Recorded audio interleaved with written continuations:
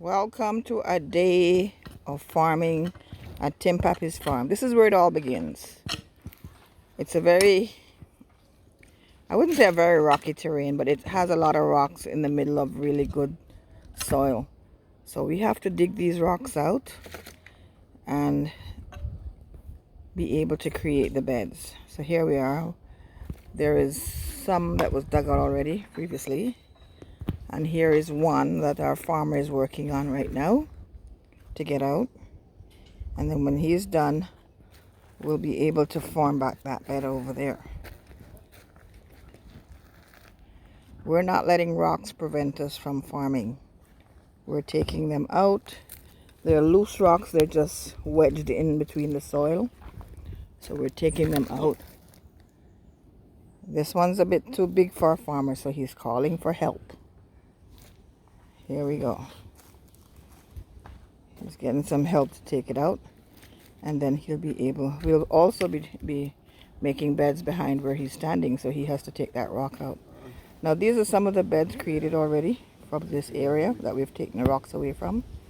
And I am putting in the irrigation tape. So that's the first row done, and we'll get a few more done shortly. But here we are. Manpower and teamwork to get that rock out of there. We're showing you as we go along how things are progressing and the kind of work that has to go into preparing this land to give us good growing. We've got some great crops on it already, and we're getting some other ones. We're putting on some more very soon. Right here that we're preparing for will be sweet peppers. We're doing some sweet peppers here. We're going to be doing some in the ground and some in bags. So this ground here is going to be really good for that. We do not believe in spraying on our property. We're not 100% organic, but we're probably about 90% organic because we do not spray. So here's one of our farmers doing hand weeding. We're trying to keep it pest free and at the same time weed free and without chemicals. We don't use any chemicals for spraying, no herbicides. We just use the hand. So he's coming over here, working his way around to the potatoes. So we're getting the weeds out of the way so our potatoes, when they start spreading, there they are, they will have place to spread. Over here, see, there's that rocky terrain I'm telling you about. But the thing with it is that there's lots of soil in between the rocks, so we don't let the rocks deter us. We just work around the rocks or remove them as you saw over there and get everything prepared. We've got a little patch here with some okra and callaloo. This was not really planted. This was from previous crops and they just sprung back up, so we left them. We believe in leaving things where they're comfortable. Even these callaloo were seeds, I guess, that blew around in the air and stopped right here, and we left them alone. And if you look carefully among the weeds here, you'll still see some more callaloo springing up, and we're leaving them. Probably more callaloo than we can use, but God knows we have a lot of people that we can give them to. We're not at the place where we're selling anything, despite the quantities that we're farming, because a lot of this is a test, so we give away a lot of stuff.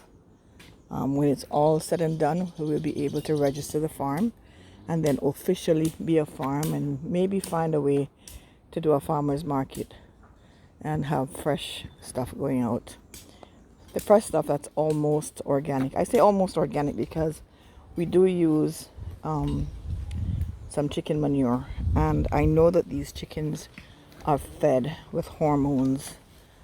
We use it in our compost heap, and that's the only thing that prevents us from being 100% organic. Over here you see some tomatoes over here. We will probably be using some horse manure as well, and that horse manure has in some amount of hormones too. I think they feed the horses a product that has some hormones in it. At some point in time we are going to raise our own chickens, and they will not be fed hormones. They'll be fed straight corn, and at that point in time we'll have the manure that we need. But I'm going to wrap this video up, or this short up, by just giving you a quick overview of what's going on still on the farm. We've got lots of tomatoes, lots and lots of tomatoes. Here they are. They're now bearing. These are now bearing tomatoes. They've been strung up and the strings are holding them firmly. They still sway in the wind, but you'll see the fruits. They're fruiting up on the trees now. We're getting some really nice tomatoes. We've pruned the bottoms of these tomatoes and tied the tops up. We will do some more pruning as they start to fruit up some more. We'll take off some more. Here we are. Tomatoes, tomatoes, tomatoes. This whole side over here is tomatoes. So, and we've got the ones that are in the pots, which I had shown you before. So we've got the tomatoes in the pot. This test really is to show you that there is no land that should be neglected and said not able to farm. Not because it's rocky or because you don't have enough soil. Work with what you have. Here we have worked with some grow boxes because we wanted to grow things that at the time we didn't have space to grow because there were things already in the areas that we had soil. So we put in some carrots in this grow box and we put in some lettuce in that grow box. You'll see it. A couple of callaloo again sprung up in there. Almost everywhere we go we see the callaloo springing up, and these are good callaloo because we had them growing on the property before, and as soon as we start to fill things up with soil or we start tilling up the ground, they just start springing back up. This is beetroot in here. Could do with a little watering. We'll do that later on in the evening. And then over here, we've started to put in more tomatoes. It's a different crop of tomatoes right here. And then down here is our cabbage patch. So we've got cabbage coming in here. Have a few more to put in and we'll be good to go. Over here, you're going to see where we're growing more of those cucumbers, and we're growing them on string trellises. There you go. A few tomatoes in between because they were here before the cucumbers.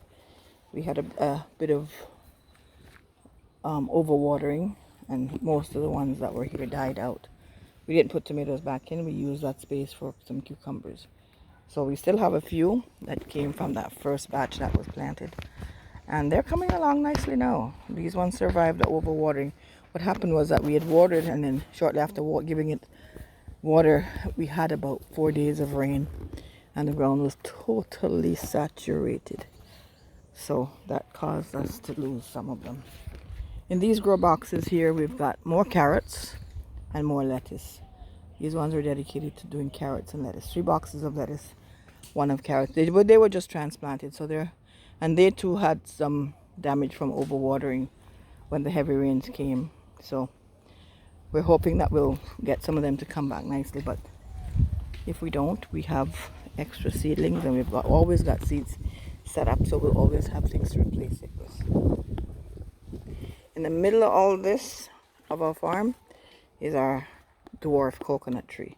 I'm not even sure if it's dwarf. I think what has happened is it was planted here and it's hit a rock, and it's sitting near a rock or on top of a rock, so it's not getting the depth. So it's created a nice little dwarf tree for us, and that's fine. We don't really need all the trees growing really tall, so we're happy about this coconut tree. Then of course on the farm this was where we all started. We started with plantains. We started this farm by taking the back section of it and putting in all plantains. So you look to the back here, everything from the back here is plantains. We've gotten tons and tons of plantains. We're still getting plantains. It's almost an ongoing thing. We almost always seem to have plantains for ourselves and give away. Our neighbors know that we always have extra plantains to give, so sometimes they'll ask for some. Over here I'm heading towards our pumpkin patch. A small pumpkin patch, not a big one. We're not doing too much pumpkins. But what happened is this section here is all rocks, and pumpkins only need a place for the root, and then they'll spread over the rocks, and we'll get a good yield out of it. We did that a couple of years ago, and we got some amazing pumpkins out of it. And then turning around here is our cornfield, and our pak choy. These pak choys are ready to come out. In fact, I think we're taking them out this evening. They're all ready to come out, and then what we're going to put in here afterwards is some, I think we're putting peppers over here as well, and some cabbage. We've started the cabbage already. You will see some of them in the ground there. The corn is coming along nicely. We ate some already and they're amazing. We don't want our corns to get too hard because we don't like them hard, but they've turned out really well. Up there, if you can see, we've got some pineapples over there, and you can't really see the ones on this side because we've got some weed that we need to get them to weed out. But there you go. That's what's going on the farm right now. We're excited about it. We're getting great produce. We're getting some good okra. You'll see some of the plants. I think I showed you some on the other side. I'll just walk up to these ones so you can see it. Here we go, some nice okra plants. And we're getting some nice okra from them. Every day we have to pick. We pick them and bag them and freeze them, and we'll have okra for a long time. So thanks guys, thanks for joining me. Thanks for watching this short. I'll be keeping you updated as we go along. Have an amazing day.